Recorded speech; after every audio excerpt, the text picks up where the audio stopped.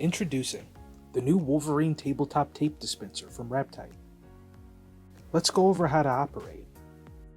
Once in the desired operating area, remove the tape reel from the dispenser.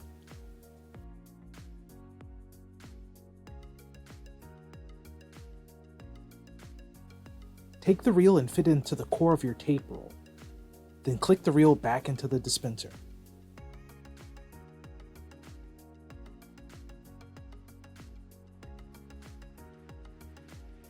Next, start your tape and adhere it to the feed roller. Now we can flip the power switch on the back of the machine. Once powered on, press the forward key until tape is fed through the dispenser, then press the cut key. To set dispensing to a preset length, adjust the value on your screen using the CM and MM keys until you reach your desired length in millimeters. Then press the auto key. For automatic dispensing, flip the auto sensor switch on the front of the dispenser. Tape will dispense at the displayed length on your screen each time a strip is removed from the output. That concludes our operating demo for the MI-SARD48 Wolverine Tabletop Tape Dispenser.